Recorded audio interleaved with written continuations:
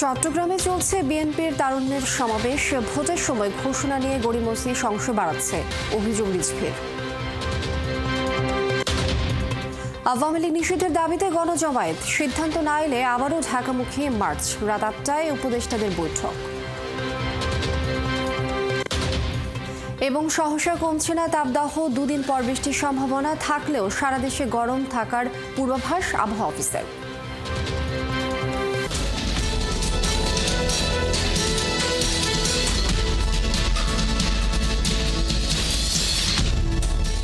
স্বাগত দেশযোগের সাথে আছি আমি লিনিয়া আফরোজ। এতক্ষণ শিরোনামগুলো শুনছিলেন, এবারে বিস্তারিত। চট্টগ্রামের পলো গ্রাউন্ডে তারুণ্যের রাজনৈতিক অধিকার প্রতিষ্ঠার সমাবেশ শুরু হয়েছে। সমাবেশকে ঘিরে পলো গ্রাউন্ডের আশেপাশে জড়ো হয়েছেন নেতাকর্মীরা। সমাবেশের আয়োজন করেছে বিএনপি সহযোগী সংগঠন, ছাত্রদল, যুবদল ও স্বেচ্ছাসেবক দল। জাসাসের সাংস্কৃতিক পরিবেশনায় বেলা ৩টায় শুরু হয় সমাবেশের আনুষ্ঠানিকতা। সমাবেশের প্রধান অতিথি বিএনপির মহাসচিব মির্জা ফখরুল ইসলাম আলমগীর। কুমিল্লা ও চট্টগ্রাম বিভাগের ১১ জেলা থেকে প্রায় ৫ লাখ তরুণ অংশ নিচ্ছে বিএনপির এই তারুণ্যের মহাসমাবেশে। ৪টি সাংগঠনিক বিভাগে এই কর্মসূচি পালন করবে বিএনপি। প্রতি বিভাগে দুদিনের কর্মসূচির দ্বিতীয় দিনে হবে এই সমাবেশ। নেতারা বলছেন, তরুণ ভোটারদের ভোটাধিকার প্রতিষ্ঠা, বিএনপির ৩১ দফা রূপরেখা নিয়ে স্পষ্ট ধারণা দেয়াই সমাবেশের উদ্দেশ্য।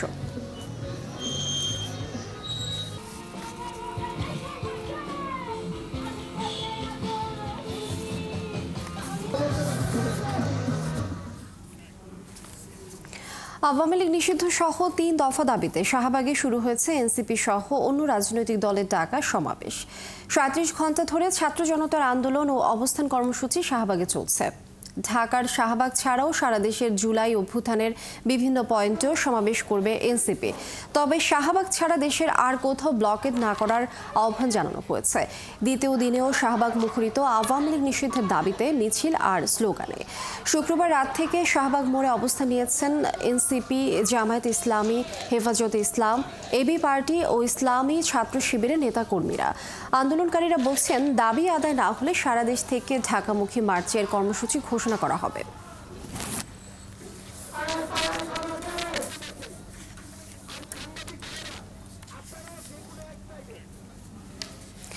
অন্তর্বর্তী সরকারি উপদেষ্টা পরিষদের জরুরি বৈঠক ডাকা হয়েছে সন্ধ্যার পর। এই বৈঠকটি হবে বলে নিশ্চিত করেছেন মন্ত্রী পরিষদ সচিব শেখ আব্দুর রশিদ।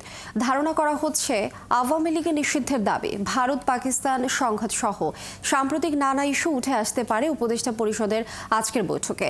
আওয়ামী লীগের বিচার ও নিষিদ্ধের দাবিতে রাজধানীতে এনসিপি সহ বিভিন্ন রাজনৈতিক দল ও সংগঠনের অবস্থান কর্মসূচির মধ্যে উপদেষ্টার পরিষদের জরুরি এই বৈঠক ডাকা হলো। এর আগে প্রধান উপদেষ্টার প্রেস উইং থেকে বলা হয়, আওয়ামী লীগ নিষিদ্ধের বিষয়ে সরকার সব রাজনৈতিক দলের সঙ্গে আলোচনা করছে। এই বিষয়ে সরকার শিগগিরই সিদ্ধান্ত নেবে বলেও জানায় তারা।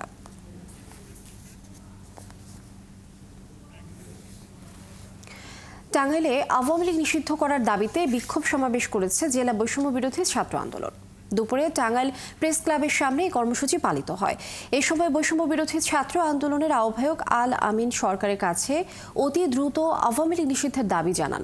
দাবি মানা না হলে আন্দোলন অব্যাহত রাখার হুঁশিয়ারিও দেন তিনি। কর্মসূচিতে অংশ নেন বৈষম্য বিরোধী ছাত্র আন্দোলনের সিনিয়র যুগ্ম আহ্বায়ক সাইদুল ইসলাম, মুখ্য সংগঠক ইমতিয়াজ জাবেদ সহ অনেকে।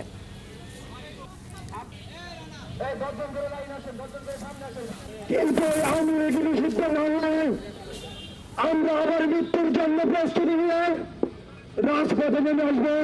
এতদিন যাওয়ার পরে আমরা তাদের কোন বিচারের আওতায় আনা দেখতে পেলাম না। আমরা অনতিবিলম্বে আশা করব, এই আওয়ামী লীগকে বিচার প্রক্রিয়া এনে আওয়ামী লীগকে নিষিদ্ধ করতে হবে। এই অন্তর্বর্তী সরকারের উপর আমাদের অনেক আস্থা ছিল, বিশ্বাস ছিল যে উনি দেশের একটা সুস্থ সুন্দরভাবে পরিচালনা করবেন, কিন্তু সেটা আমরা ওনার কোনো কার্যকর দেখতেছি না। কুমিল্লা, পটুয়াখালী ও আশুলিয়া থেকে ৫ আওয়ামী লীগ নেতাকে গ্রেফতার করেছে পুলিশ। শুক্রবার রাতে কুমিল্লার দেবিদ্বারে থেকে গ্রেফতার করা হয় আওয়ামী লীগ নেতা সিরাজুল ইসলামকে। তিনি বৈষম্য বিরোধী ছাত্র আন্দোলনে নিহত সাব্বির হত্যা মামলার ৪৯তম এজাহারভুক্ত আসামি। পটুয়াখালী রাঙাবালিতেও ডেভিল হান্ট অপারেশনে ২ শ্রমিক লীগ নেতা সহ ২ জনকে গ্রেফতার করেছে পুলিশ। এছাড়া আশুলিয়া ছাত্র জনতা হত্যা মামলায় গ্রেফতার হয়েছে আওয়ামী লীগ কর্মী বিল্লাল সর্দার ও রনি আহমেদ। হত্যা মামলা ছাড়াও তাদের নামে সামাজিক যোগাযোগ মাধ্যমে উস্কানিমূলক পোস্ট করার অভিযোগ রয়েছে।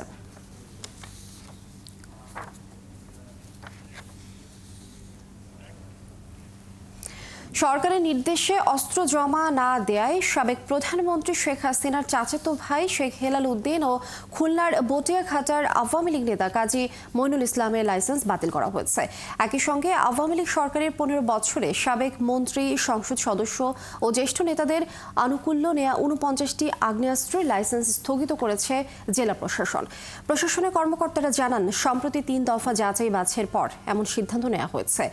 আরও অনুসন্ধান চলছে, লাইসেন্স স্থগিত এবং বাতিলের সংখ্যা আরও বাড়তে পারে।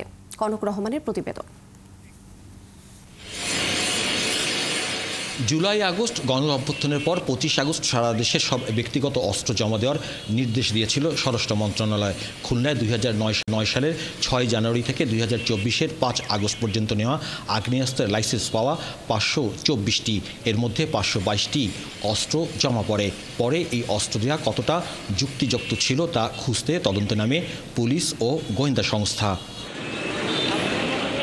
প্রশাসনের কর্মকর্তারা জানান, 3 ধাপে 172 জনের তথ্য যাচাই বাছাই শেষে দেখা যায় যে এদের মধ্যে 49 জন আছেন যারা বিশেষ উদ্দেশ্যে রাজনৈতিক প্রভাব খাটিয়ে অস্ত্র নেন।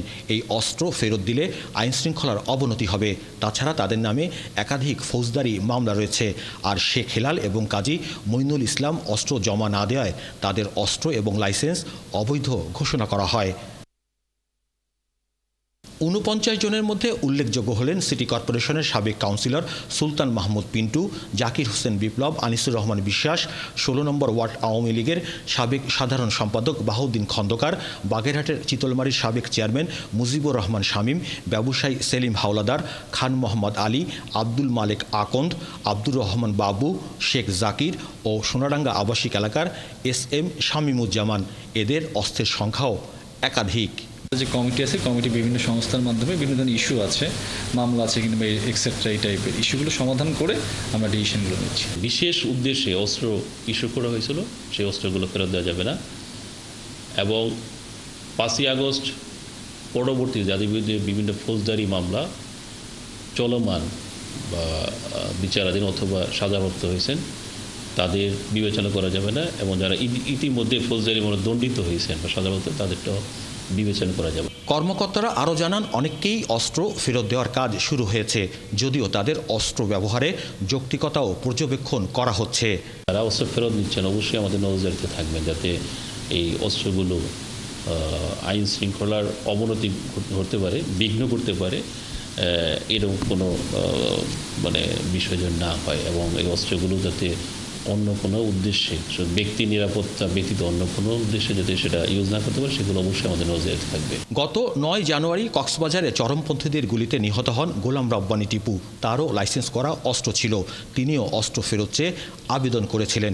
প্রশাসনের তথ্য অনুযায়ী একই রকম আবেদন করেন ঠিকাদার শেখ মাহবুবুর রহমান, ওমর ফারুক বিশ্বাস, KCCর সাবেক কাউন্সিলর SM রফিউদ্দিন আহমেদ, আরিফ হোসেন মিঠু, মুক্তিযোদ্ধা আলমগীর কবির সহ বেশ কিছু রাজনৈতিক ব্যক্তি, জনপ্রতিনিধি, ব্যবসায়ী ও ঠিকাদার। এসব অস্ত্রের মধ্যে আছে 1 নলা ও 2 নলা বন্দুক, shotgun, point, 22 bore rifle, revolver ও পিস্তল। কনক রহমান, 71, খুলনা। 2023 সালে খুলনা সিটি নির্বাচনের ফলাফল বাতিল ও 4 সপ্তাহের মধ্যে প্রয়োজনীয় ব্যবস্থা নিতে আদালত নির্দেশ বাস্তবায়নের দাবি করেছেন স্বতন্ত্র মেয়র প্রার্থী SM শফিকুর রহমান মুশফিক। দুপুরে খুলনা প্রেস ক্লাবে এক সংবাদ সম্মেলনে মুশফিক জানান, ওই নির্বাচনে মেয়র পদে তিনি বিজয়ী হয়েছিলেন, কিন্তু বিগত সরকারি নির্বাচন কমিশন কারচুপি করে তার বিজয় ছিনিয়ে নেয়। গত 20 এপ্রিল তিনি নির্বাচন সংশ্লিষ্টদের কাছে প্রয়োজনীয় ব্যবস্থা নেওয়ার আবেদন করেন, কিন্তু সুরাহা না হওয়ায় গত 6 মে তিনি উচ্চ আদালতের শরণাপন্ন হন।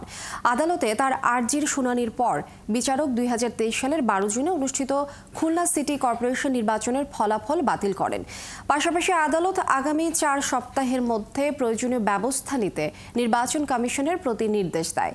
সেই অনুযায়ী তাকে মেয়র ঘোষণা দাবি করেন তিনি। 2023-এর 12 জুনের এই তালুকদার আব্দুল খালেক 1,54,825 ভোট পেয়ে নির্বাচিত হয়েছিলেন। তার নিকটতম প্রতিদ্বন্দ্বী ছিলেন ইসলাম শাসনতন্ত্র আন্দোলনের মাওলানা আব্দুল আওয়াল। তিনি পেয়েছিলেন 60,064 ভোট আর শফিকুর রহমান মুশফিক পেয়েছিলেন 17,218 ভোট। ফলাফল বাতিল। 2023 সালে জুন অনুষ্ঠিত খুলনা সিটি কর্পোরেশন ফলাফল বাতিল এবং আগামী 4 সপ্তাহের মধ্যে প্রয়োজনীয় ব্যবস্থা গ্রহণের জন্য প্রধান নির্বাচন কমিশনার সচিব স্থানীয় সরকার মন্ত্রণালয়ের প্রতি নির্দেশ দেন। ফলে আমি এখন একটি আলোর রেখা দেখতে পাচ্ছি। আমি আশা করি অচিরেই এর সুফল পাবো। দেশ জুড়ে তীব্র তাপ প্রবাহের মধ্যে 3 দিনের সতর্কতা জারি করেছে আবহাওয়া অধিদপ্তর। চলতি মাসের 18-19 তারিখে তাপমাত্রার পরিমাণ কমে আসতে পারে বলে জানিয়েছে আবহাওয়া অফিস। এই সময়ের মধ্যে কালবৈশাখী ঝড়ের আশঙ্কা রয়েছে। এদিকে গরমে হিটস্ট্রোক, পানি শূন্যতা ও দুর্বলতায় আক্রান্ত হয়ে হাসপাতালে চিকিৎসা নিচ্ছে বহু মানুষ। সুস্থ থাকতে বেশি করে পানি পান করার পরামর্শ দিয়েছে বিশেষজ্ঞরা। সহকর্মীদের তথ্য ছবিতে প্রতিবেদন। চুয়াডাঙ্গায় তীব্র তাপপ্রবাহে পড়ছে আম, পাট ও আগাম ফসলের মাঠ। প্রয়োজন ছাড়া কেউ ঘরের বাইরে বের হচ্ছে না। আগামীতে ঠিক কবে বৃষ্টি হতে পারে এমন সম্ভাবনার কথা জানাতে পারেনি আবহাওয়া অধিদপ্তর। স্বাভাবিক বৃষ্টির প্রত্যাশায় জেলার প্রাণীকুল ও জীববৈচিত্র্য। এই গরমে খুব কঠিন হয়ে যাচ্ছে, আর দিন ইনকাম করে খাতি পাচ্ছি। গরমে গাড়ি চালানো যাচ্ছে না, অনেক তাপমাত্রা বেশি। কিছুদিন বিরতি দিয়ে আবারও তাপপ্রবাহ শুরু হয়েছে যশোরে। সেখানেও প্রচন্ড গরমে পড়ছে জনজীবন। হিটস্ট্রোক, পানি শূন্যতা ও দুর্বলতায় আক্রান্ত হয়ে হাসপাতালে চিকিৎসা নিচ্ছে বহু মানুষ। রিক্সা চালানো যাচ্ছে না, গা হাত পা পুড়িয়ে যাচ্ছে। এই যে বাধ্য হয়ে এখন ছাতা টাঙায় নিতে হয়েছে। আমরা চাচ্ছি এবং মানুষ চাচ্ছে যে বৃষ্টি হলে মানুষ একটু শান্তি পাবে এবং সেই কামনা করছে। গত 2 দিন যাবত তাপমাত্রা খুব বেশি বেড়ে গেছে, এতে ছাতা নিয়েও পথে চলা যাচ্ছে না। জামালপুরে রাতের তাপমাত্রা কিছুটা কম থাকলেও সকাল থেকে সন্ধ্যা পর্যন্ত থাকে অসহনীয় তাপমাত্রা। গরমে ঘরে ও বাইরে কোথাও স্বস্তি নেই। তাপমাত্রা বৃদ্ধি পাওয়ায় চরম বেকায়দায় পড়েছে খেটে খাওয়া মানুষ। রাত দিন বিদ্যুতের লোডশেডিংয়ে দুর্ভোগ বাড়ছে প্রতিনিয়ত। পর্যাপ্ত গরম, রোদের তাপ বেশি, তাও রোদের তাপে তাও কাজ করে খেতে হয়। রাত্রেবেলা কারেন্ট থাকে না, রাত্রে ঘুমাইতেও পারি না, আর দিনের বেলা যে তাপ আজ কয়েকটা দিন ধরে একই অবস্থা। ব্যবসা গরমে পিপাসায় কাতর ময়মনসিংহের পথচারী। একটু শান্তি পেতে প্রায় সবাই ছুটছেন শরবতের দোকানে। এখন গরমটা তো অত্যধিক, মাত্রার অতিরিক্ত। আমার তো আমার কষ্ট লাগলে তো সুখ পাই আমি কই খাইতে তো খাওয়া লাগবো। ব্যবসা গরমে সবচেয়ে বেশি ভোগান্তিতে পড়েছেন গাইবান্ধার কম আয়ের খেটে খাওয়া শ্রমজীবী মানুষ। গরমে নাকাল পটুয়াখালীর কলাপাড়ার জনজীবন। দিন যত যাচ্ছে তাপমাত্রা ততই বাড়ছে। এর মধ্যে জ্বর, ডায়রিয়া, নিউমোনিয়া সহ বিভিন্ন রোগে আক্রান্ত হচ্ছে মানুষ। রাঙামালির উপর দিয়ে বয়ে যাচ্ছে মৃদু তাপপ্রবাহ। এতে ব্যাহত হচ্ছে স্বাভাবিক জীবনযাত্রা। শরীফ আজাদ প্রীতম, ৭১। কুড়িগ্রাম সদর উপজেলার হলখানা ইউনিয়নের কাগজিপাড়া গ্রামে 9ম শ্রেণীর এক স্কুল ছাত্রীর মরদেহ উদ্ধার করা হয়েছে। শনিবার ভোরে বাড়ির পাশের একটি ভুট্টা ক্ষেত থেকে পুলিশ মরদেহটি উদ্ধার করে। গ্রামবাসী ও পুলিশ জানায় নিহত স্কুল ছাত্রী জান্নাতুন মিএম কাগজিপাড়া উচ্চ বিদ্যালয়ের শিক্ষার্থী ছিল। ভোরে গ্রামবাসী ভুট্টা ক্ষেতে গলাকাটা অবস্থায় মরদেহ দেখতে পেয়ে পুলিশকে খবর দেয়। গ্রামবাসী জানায় নিহত ছাত্রীর বাবা জাহিদুল ইসলামের সঙ্গে ওই গ্রামের মকবুল পাটোয়ারির 39 বিঘা জমি নিয়ে 2 বছর ধরে বিরোধ চলছিল। এ নিয়ে কয়েক দফা সংঘর্ষ হয়েছে। হত্যাকাণ্ডের সঙ্গে এই বিরোধের সংযোগ থাকতে পারে। কুড়িগ্রাম সদর থানার ভারপ্রাপ্ত কর্মকর্তা মোহাম্মদ হাবিবুল্লাহ জানান, মরদেহের ময়নাতদন্ত করা হচ্ছে। হত্যাকারীকে শনাক্ত করতে জোর তদন্ত চালাচ্ছে পুলিশ।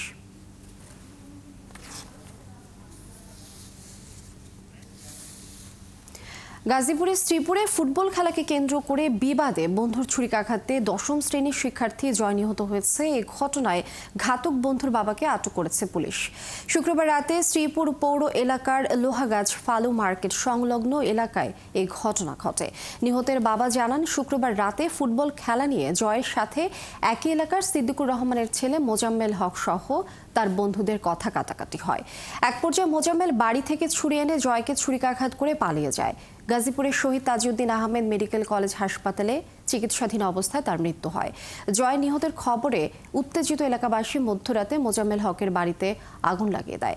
শ্রীপুর থানার ভারপ্রাপ্ত কর্মকর্তা জয়নাল আবেদিন মণ্ডল জানান, ঘটনাস্থল থেকে ঘাতকের বাবা সিদ্দিকুর রহমানকে আটক করা হয়েছে। এই ঘটনায় 4 জনকে আসামি করে একটি হত্যা মামলা হয়েছে।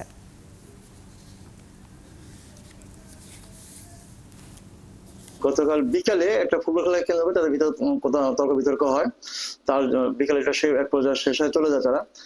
চলে যাওয়ার পর আবার রাত 9টার সময় ছেলেগুলো মার্কেটে আসে, পাশাপাশি মার্কেট মানে এলাকায় দোকানপাটে আসে।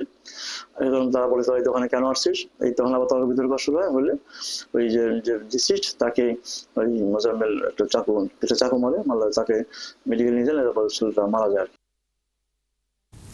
এদিকে ফরিদপুরে জমি নিয়ে বিরোধের জেরে প্রতিপক্ষের হামলায় আহত নাসিমা বেগম ঢাকায় মারা গেছেন। শুক্রবার রাতে ওই নারীর মৃত্যু হয়। কোতোয়ালি থানার উপপরিদর্শক মুজাহিদুর রহমান জানান, আব্দুল আজিজ শেখের পরিবারের সাথে জমির সীমানা নিয়ে দীর্ঘদিনের বিরোধ ছিল নাসিমার পরিবারের। বৃহস্পতিবার সন্ধ্যায় এই বিরোধের জের ধরে আজিজ শেখ তার পরিবারের লোকজন নিয়ে অতর্কিত হামলা চালিয়ে কবির মোল্লার বড় ছেলে নজরুল মোল্লাকে মারধর করার চেষ্টা চালায়। এই সময় কবির মোল্লার স্ত্রী নাসিমা বেগম তাদের থামাতে গেলে তিনি মারধরের শিকার হন। গুরুতর আহত অবস্থায় তাকে প্রথমে ফরিদপুর মেডিকেল কলেজ হাসপাতালে নেওয়া হয়, পরে ঢাকা মেডিকেল কলেজ হাসপাতালে চিকিৎসাধীন অবস্থায় শুক্রবার মারা যান তিনি। এই ঘটনায় করা মামলায় একজনকে আটক করেছে পুলিশ।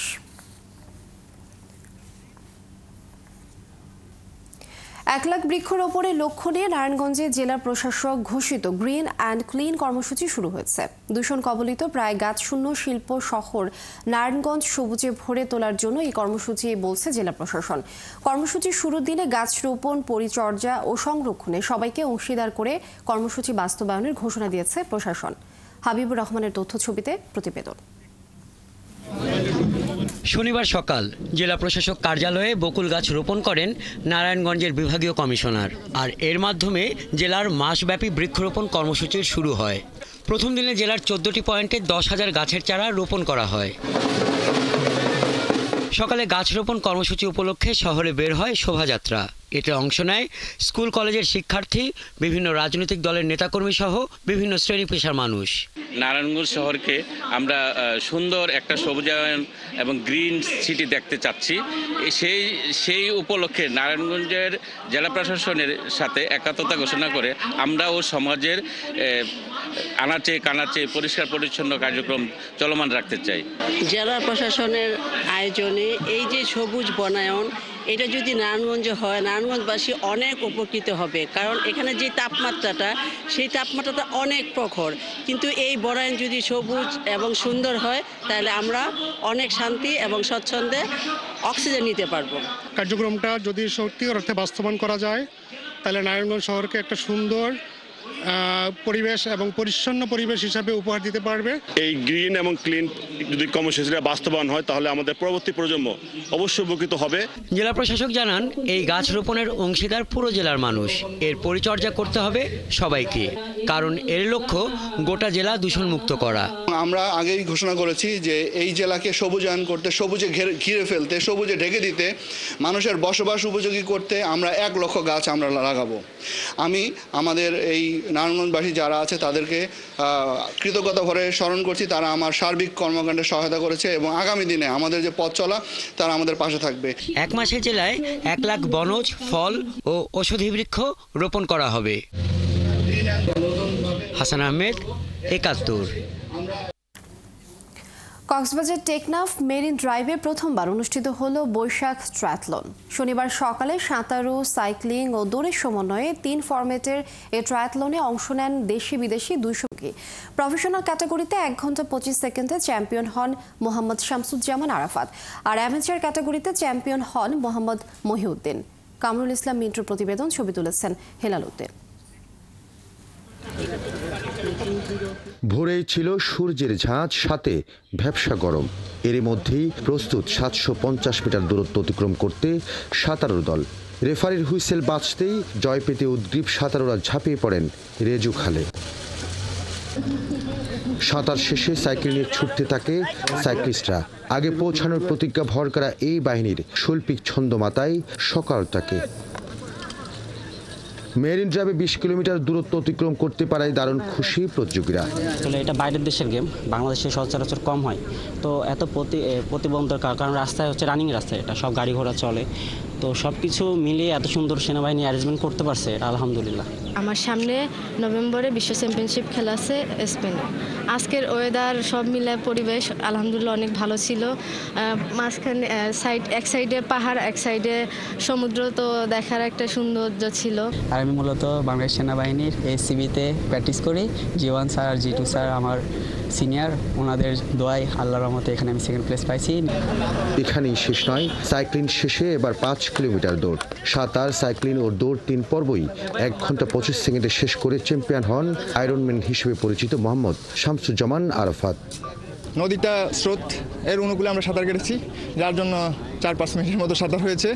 বাট সাইক্লিংটা খুবই এনজয় করেছি, কারণ সোজা একদম রাস্তা, একপাশে সাগর, একপাশে পাহাড়, খুবই চমৎকার দৃশ্য। যতটুকু না টায়ার্ডনেস কাজ করা, সৌন্দর্য দেখে আসলে টায়ার্ডনেসটা কমে যায়। তারপরও রেস তো রেস, একটু তো কষ্ট হবেই। এই কষ্টটা অনুভব করতে আসলে এখানে আসা। রেসটা শেষ করে আসলে সত্যি আমরা আনন্দিত এবং কৃতজ্ঞতা প্রকাশ করছি আয়োজকদের প্রতি, যারা অক্লান্ত পরিশ্রম করে এটা অর্গানাইজ করছে। সকল ভলান্টিয়ারদেরকে অনেক অনেক ধন্যবাদ। প্রতিযোগিতায় বিজয়ীদের মাঝে পুরস্কার বিতরণ করেন সেনাবাহিনীর 10 পদাতিক ডিভিশনের জিওসি ও Cox's Bazar area commander major general Mohammad Asadullah Minhajul Alam. সেনাবাহিনীর 10 পদাতিক ডিভিশনের তত্ত্বাবধানে ও জেলা প্রশাসনের সহযোগিতায় এই বৈশাখী টায়ারথলনে অংশ নেন 200 প্রতিযোগী। কামরুল ইসলাম মিন্টু, 71, কক্সবাজার। দর্শক, চলছে দেশযোগ সরাসরি সংবাদ অনুষ্ঠান দেখতে চোখ রাখুন 71 ফেসবুক পেজে এবং সাবস্ক্রাইব করুন 71 ইউটিউব চ্যানেল। থাকুন 71 সাথে।